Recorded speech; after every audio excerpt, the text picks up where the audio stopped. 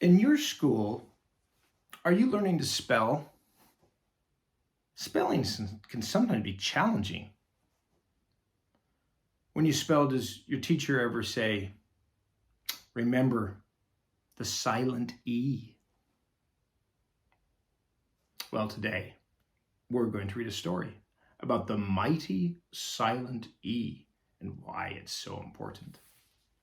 It was written by Kimberly Gard, our friend, and also illustrated by our friend Sandy Sonka. Let's read it. The mighty silent E.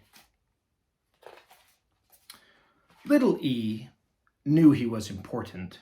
After all, he came from a long line of E's. At home, he loved to wear his blue cape and dream of the day he would come to the rescue. He knew he had the power to be a hero. He just needed a chance to prove it. At school, little E's belief in himself didn't count for much.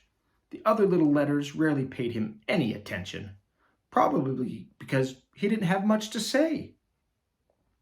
But little E liked being quiet.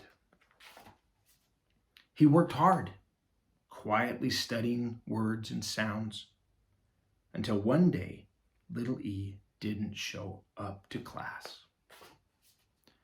The little letters didn't even notice little E was gone. After all, little E was so quiet, he was easy to overlook. But when Miss Capital T had the little letters join into groups and make words, things didn't go so well. Little C, little A, and little K joined together to make a word for a type of dessert. But no matter how they arranged themselves, they couldn't make the word work. Little R, little O, and little S were having the same problem.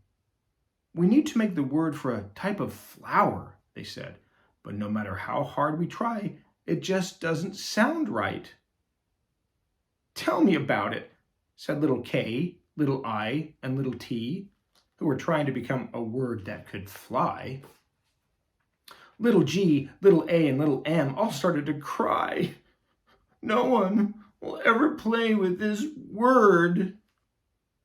Little T, little A, little B, and little L scrambled around and around until they gave up. Little S, little K, little A, and little T cried out, "It's just not working." Little Z, little O, and little N all looked confused too. What is going on? Why can't we make the right words today? Miss Capital T joined the little letters. We are missing someone important. The little letters all looked around. Suddenly, they noticed their friend little E was gone. What will we do? The little letters asked. We can't make these words without him. Then little E walked into the classroom. Sorry I'm late, he whispered. I had a sore throat, so my mom took me to see the throat doctor. The little letters cheered. Little E, you're here at last. We've tried, but we can't make these words without you. Little E smiled. He dreamed about this moment, and he knew what to do. This was a job for the mighty silent E. He ran to the end of each row of letters. Suddenly, C-A-K became cake. R-O-S became rose. K-I-T became kite. G-A-M became game. T-A-B-L became table. S-K-A-T became skate.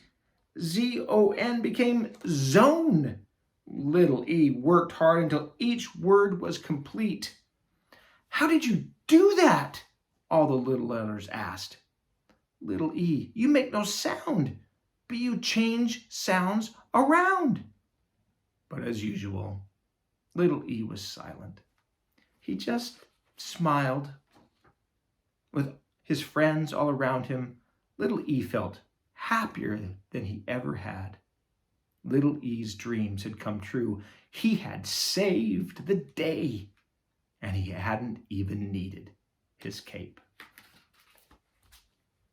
The Mighty Silent Ye by Kimberly Gard, illustrated by Sandy Sonka, and published by Familius.